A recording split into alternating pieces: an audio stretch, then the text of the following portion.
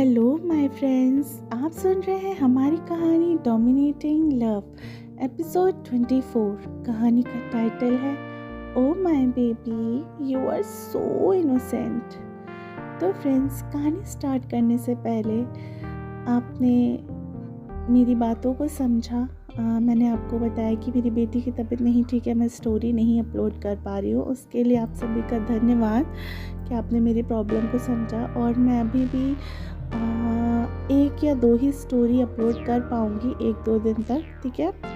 मैं कोशिश करती हूँ कि मैं अपलोड कर पाऊँ अगर मुझे रिकॉर्ड करने का टाइम मिलता है तो। स्टोरी पसंद आती है तो please like, subscribe and share कीजिए। मैं आप लोगों के कहने पर ही मैं ये स्टोरी बहुत ही मुश्किल से ही रिकॉर्ड कर पा रही हूँ, ठीक है। तो चलिए स्टोरी को आगे कंटिन्यू करती हूँ। रिदम लगातार उस आदमी की पीठ पर मारे जा रही थी। उस आदमी के आयरन जैसे शरीर पर जैसे कोई फर्क ही नहीं पड़ रहा था। उस आदमी ने रिदम को धक्का देकर कार में बिठाया, जिससे रिदम की कमर में काफ़ी ज़ोर से चोट लग गई और उसके मुंह से एक चीख निकल गई। रिदम ने अपना सिर उठाकर देखा तो रुद्राक्ष उसे ही घूरे जा रहा था। रिदम के चेहरे पर इस समय डर से पसीने की कुछ बूंदें झलकने लगी। वह एक अनजाने डर से उसे चारों तरफ से जैसे घेर लिया हो। रिदम कुछ बोलती कि रुद्राक्ष ने उसके बगल में बैठकर और उसके हाथों से उसका फ़ोन छीन लिया। रिदम ने घबराते हुए कहा, रुद्राक्ष लिसन टू मी। वो मैं। रुद्राक्ष ने उसे अपनी लाल आंखों से घूर कर देखा, फिर किसी को मैसेज टाइप करके फ़ोन स्विच ऑफ करके बैक सीट पे फेंक दिया। उधर रावी रिदम का वेट कर रही थी क्योंकि शो भी स्टार्ट हो चुका था, पर वो अभी तक नहीं आई थी। तभी उसके फ़ोन पे एक नोटिफिकेशन आया। रावी ने जब मैसेज करने वाले का नाम देखा तो उसकी आंखें हैरानी से बड़ी हो गई। अब ये लड़की मुझे वॉशरूम से भी मैसेज करेगी, हे भगवान, रावी ने खुद से कहा और जल्दी से मैसेज बॉक्स ओपन करके देखा तो उसमें रिदम का एक मैसेज था, मैं घर जा रही हूँ, मुझे कुछ काम आ गया है, इट्स अर्जेंट। ये लड़की, इससे तो मैं अभी बताती हूँ, मुझे यहाँ छोड़कर अपने घर भाग गई। रावी ने खुद से ही बड़बड़ाते हुए कहा और रिदम को कॉल किया, पर रिदम का फ़ोन तो स्विच ऑफ दिखा रहा था। इसने फ़ोन भी स्विच ऑफ कर दिया। कल कॉलेज आए तब मैं बताती हूँ उसको। और फिर से वह पॉपकॉर्न खाते हुए शो को एंजॉय करने लगी। उधर कार का माहौल भी काफ़ी गर्म हो चुका था। रुद्राक्ष इस वक्त काफ़ी रश ड्राइव कर रहा था। उसका चेहरा और उसकी आंखें काफ़ी सर्द थी। उसकी आंखें इस समय बिल्कुल एक सुर्ख दिखाई दे रही थी, जैसे अभी किसी का खून कर देगा। रिदम ने अपनी ड्रेस को मजबूती से पकड़ लिया और अपनी आंखों को नीचे रखते हुए मन ही मन कुछ सोचने लगी। रुद्राक्ष ने 1 घंटे का रास्ता लगभग आधे घंटे में ही तय कर लिया था। तभी अचानक उनकी कार मेंशन के आगे रुकती है। रिदम ने जल्दी से कार का डोर ओपन किया और सीधा भागकर अपने रूम में जाने लगी। रुद्राक्ष भी बस उसे अपनी कोल्ड एक्सप्रेशन के साथ जाते हुए घूर रहा था। वो भी अपने लंबे लंबे कदम लेते हुए उसके पीछे पीछे जाने लगा। रिदम तुरंत भागते हुए रूम में चली गई। दरवाजे को बंद करके टेबल को खिसका कर उसके आगे लगा दिया ताकि रुद्राक्ष डोर ओपन ना कर सके। रिदम ने चारों तरफ अपनी नजरें दौड़ाई और छुपने की जगह ढूंढने लगी। उसने खुद से ही बड़बड़ाते हुए कहा, कहाँ छुप, बेड के नीचे? पर बेड के नीचे तो जगह ही नहीं है।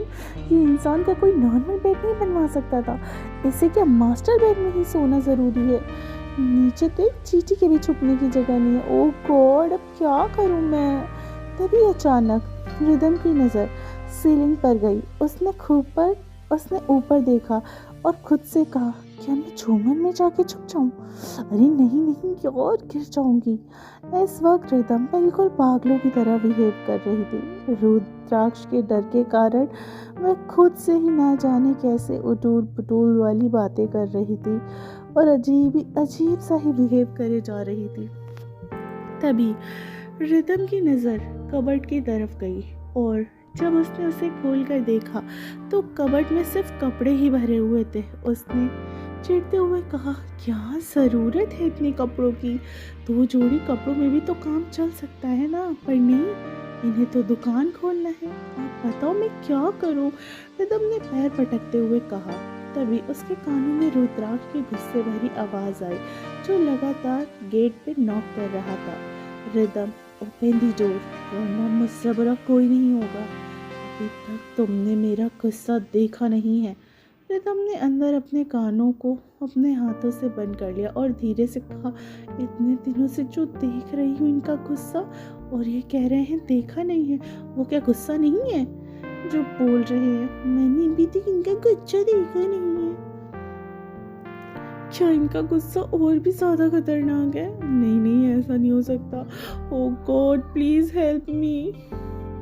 वहीं रुद्राक्ष का पेशेंस लेवल अब जवाब दे रहा था। उसने स्टडी रूम से स्पेयर की लाते हुए डोर को ओपन कर दिया, पर जब उसकी नज़र सामने रखी हुई टेबल पर गई तो उसके चेहरे पर एक शैतानी मुस्कुराहट आ गई। उसने एक जोरदार लात मारी और टेबल पूरी तरह चकनाचूर होकर बिखर गई। उसने चारों तरफ अपनी नज़रें घुमाकर देखा तो रिदम उसे कहीं भी दिखाई नहीं दे रही थी। रुद्राक्ष चारों तरफ उसे ढूंढने लगा। उसकी आंखें धीरे धीरे लाल और काली पड़ती जा रही थी।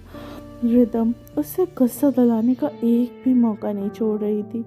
उसके प्यार का हमेशा से ही गलत और नाजायज़ फ़ायदा उठाती थी। एक तो उसने गलती की, ऊपर से वो उसके डर से छुप भी रही थी, पर कहीं ना कहीं उसका डरना रुद्राक्ष के दिल को सुकून भी दे रहा था।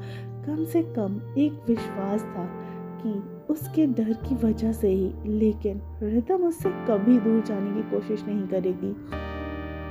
पर बहुत जल्द ही रुद्राक्ष की ये सोच भी गलत साबित होने वाली थी। रुद्राक्ष ने इधर उधर अपनी नजरें दौड़ाई तो उसकी नज़र वॉशरूम की तरफ गई। कुछ सोचकर रुद्राक्ष वॉशरूम की तरफ बढ़ गया। जब उसने डोर ओपन करके देखा तो उसे रिदम कहीं नहीं दिखी। रुद्राक्ष की मुट्ठियां आपस में कस गई। उसने अपने मन में कहा, यू हैव टू पे फॉर दिस। तभी अचानक रुद्राक्ष की नज़र एक जगह जाकर टिक गई और उसके होठों पर एक तिरछी मुस्कुराहट आ गई। तभी उसके मुंह से निकल गया, oh my baby, you are so innocent. तो फ्रेंड्स, कैसा लगा आपको हमारा ये एपिसोड? आई होप पसंद आया हो। अगले एपिसोड को सुनने के लिए हमारी कहानी को लाइक करिए, सब्सक्राइब करिए, शेयर करिए एंड कमेंट करिए और बने रहिए डोमिनेटिंग।